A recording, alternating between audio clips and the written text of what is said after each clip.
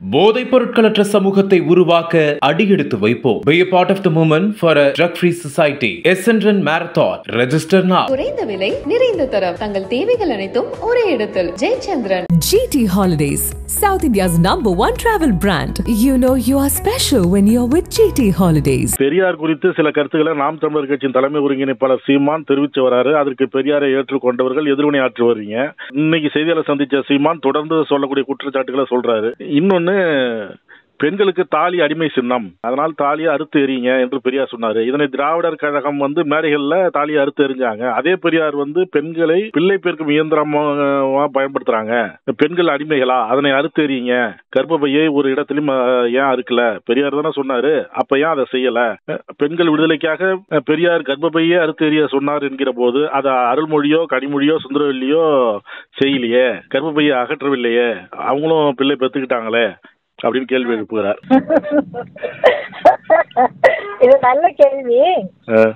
தம்பி சீமானுக்கு கொஞ்சம் சில விஷயங்களை யோசிக்கிறதுக்கு இன்னும் கொஞ்சம், அவருக்கு தம்பி தானே, அவர் வயசு கம்மி தான், இன்னும் கொஞ்சம் வயசு இருக்குன்னு நினைக்கிறேன். தந்தை பெரியார் சொன்ன கருத்துக்கள் ஒரு 200 ஆண்டுகளுக்கு வேண்டியதை சொல்லியிருக்காரு அவர் காலத்திலேயே. அவர் 1932 சொன்னது இப்போ 2032 நடைமுறைக்கு வரும். அவர் 1944 போட்ட தீர்மானத்தை 2018 தான் உச்ச நீதிமன்றம் அதுதான் சரின்னு தீர்ப்பா கொடுத்துருக்கு. அப்போ ஒரு சுப்ரீம் கோர்ட் அளவுக்கு இந்த கருத்து வர்றதுக்கே ஒரு 70-80 ஆண்டு தேவைப்படுதுன்னு சொன்னா, தம்பி சீமானை போன்றவர்கள் புரிஞ்சுக்கிறதுக்கு இன்னும் கொஞ்சம் வருடங்கள் தேவைப்படும். ஒண்ணு. ரெண்டாவது, அதுல முதல் கருத்தை சொன்னார் இல்லையா, தாலி வேண்டாம்னு சொன்னாரு. அப்போ ஏற்கனவே தாலி கட்டி கொண்டவர்கள் பலர், எல்லாரும் இல்ல பலர், மேலையிலேயே அது தேவையில்லை அப்படின்னு அதை அகற்றி காண்பிச்சாங்க. எங்களை போன்றவர்கள் அதை கட்டிக்கவே வேண்டாமே, எதுக்கு கட்டுறது அப்படின்னு அந்த தாலி கட்டுகிற பழக்கத்தையே நாங்க தவிர்த்துட்டோம். இனி வரக்கூடிய காலத்துல இப்ப பிள்ளைங்க பாத்தீங்கன்னா 2 ஆப்ஷன் இருக்கு. ஒண்ணு, கர்ப்பப்பையை அறுத்தெறிவது அது தேவையா, இல்ல செத்துக்காமையே இருந்துக்கலாமா, இந்த மாதிரியான ஆப்ஷன்லாம் இப்ப வரக்கூடிய தலைமுறை யோசிக்குது. நீங்க பாத்தீங்கன்னா நிறைய இளம் பெண்கள் குழந்தை பெத்துக்க மாட்டோங்கிறாங்க. ஏன்? ஏன்னா பெத்துக்கிட்டா எங்க வாழ்க்கையில தான் அது பெரிய சுமையா போகுது, அந்த பொறுப்பை யாரும் பகிர்ந்துக்கிறதே கிடையாது, எங்களுக்கு எவ்வளவு திறமை ஆற்றல் உழைப்பு இருந்தாலும் ஒரு குழந்தைய பெற்றுவிட்டால் அது எல்லாமே முடங்கி போகுது, அப்ப அதுல சமூகத்துக்கு பொறுப்பில்லைன்னு சொன்னா நாங்க ஏன் குழந்தைய பெத்துக்கணும் அப்படின்னு கேள்வி கேட்கிற தலைமுறை இன்னைக்கு வந்துருச்சு. அதனால இன்னும் பாத்தீங்கன்னா ஊடகத்துல எல்லாம் விவாதங்கள் போய்கிட்டு இருக்கு. டிங்க் அப்படின்னு, நான் என்னடா இது டிங்க்னு பாக்குறேன், டபுள் இன்கம் நோ கிட்ஸ், இப்ப எல்லாம் விவாதங்கள் நடந்துகிட்டு இருக்கு. ஆகையினால தம்பி சீமான் அவர்கள் கேட்ட அந்த கேள்விக்கு இனி வரக்கூடியவங்க மிக எளிதா பதில் சொல்லுவாங்க, சொல்லிக்கிட்டு இருக்காங்க. அதுக்கான ஒரு உரிமையை பாதையை அமைத்து கொடுக்கிற வேலைதான் பெரியார் சிந்தனையாளர்களுடைய வேலை. அதை தான் நாங்க எல்லாரும் செஞ்சுக்கிட்டு இருக்கோம். இது அவருக்கு புரியும் நான் நினைக்கிறேன். பொது மேடைகள்ல பெரியார் சொன்னதெல்லாம் சொல்லி வாக்கு கேட்க முடியுமான்னு கேக்குறாரு.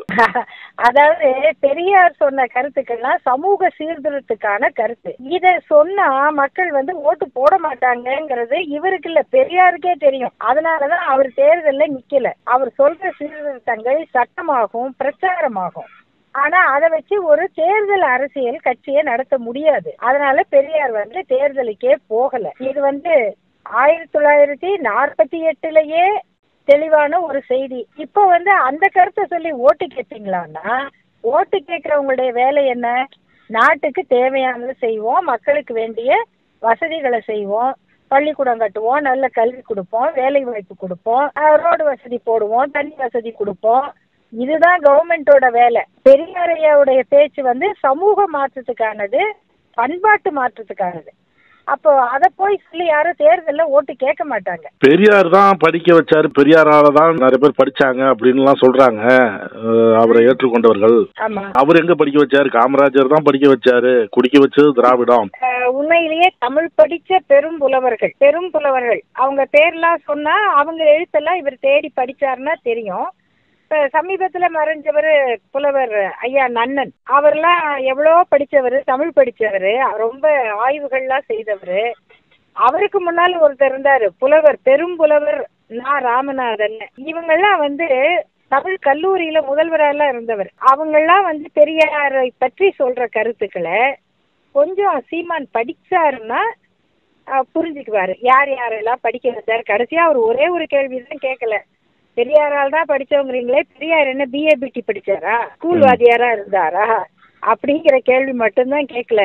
இவர் போற போக்குல H ராஜாவை மிஞ்சுகிறார் இவர் கேள்விகள்னால அப்படின்னு தன்னைத்தானே அம்பலப்படுத்திக்கிறாரு. ரொம்ப நகைப்பு கிடமா இருக்கு அவர் கேட்கிற கேள்வி எல்லாம்.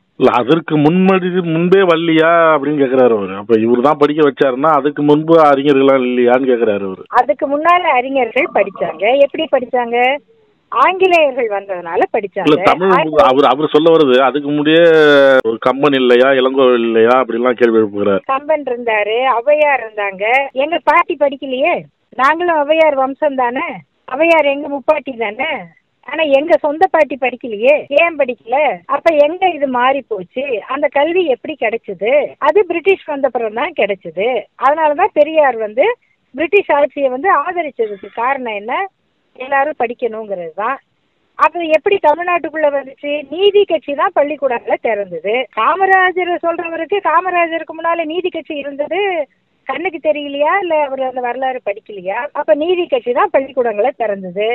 பள்ளிக்கூடத்துக்கு எல்லாரும் வர்ற மாதிரி இடத்துல, குறிப்பாக டிப்ரெஸ்ட் கிளாஸ்ங்கிறவங்க போகிற இடத்துல பள்ளிக்கூடம் இருக்கணும். அப்படி இல்லைன்னா அந்த பள்ளிக்கூடத்துக்கு லைசன்ஸை கேன்சல் பண்ணுவோம் அப்படின்லாம் உத்தரவு போட்டது நீதி கட்சி தான். அதனாலதான் பெரியார் நீதி கட்சியோட இணைந்து வேலை செஞ்சாரு, நீதி கட்சி தலைவராக இருந்தாரு. அப்ப இதுல எதுல பெரியார் இல்ல?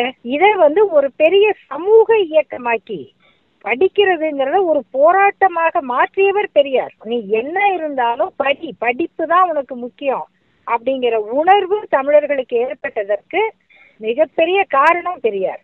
அதனால இது படிச்சவங்களுக்கு எல்லாம் புரியும்னு நினைக்கிறேன்.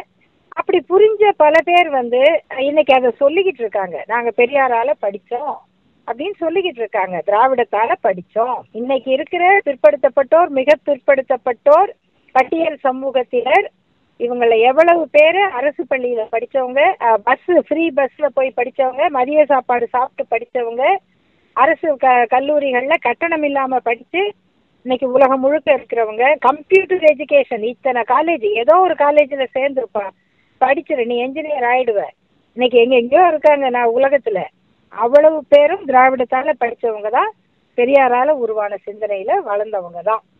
இத அவங்க உணர்றாங்களோ இல்லையோ இது உண்மை. நன்றி மேடம். நன்றி, வணக்கம். நன்றி நன்றி. நக்கீரன் டிவிக்கு சப்ஸ்கிரைப் செய்யுங்கள்.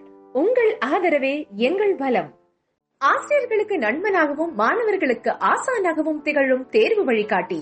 ஒவ்வொரு பாடத்திற்கும் அனுபவமிக்க ஆசிரியர்களின் துல்லியமான தெளிவான விடைகள். CNC இருக்கு, தேர்வு பயம் எதற்கு? இது தீரன் பப்ளிஷிங் ஹவுஸ் விற்பனை வெளியீடு.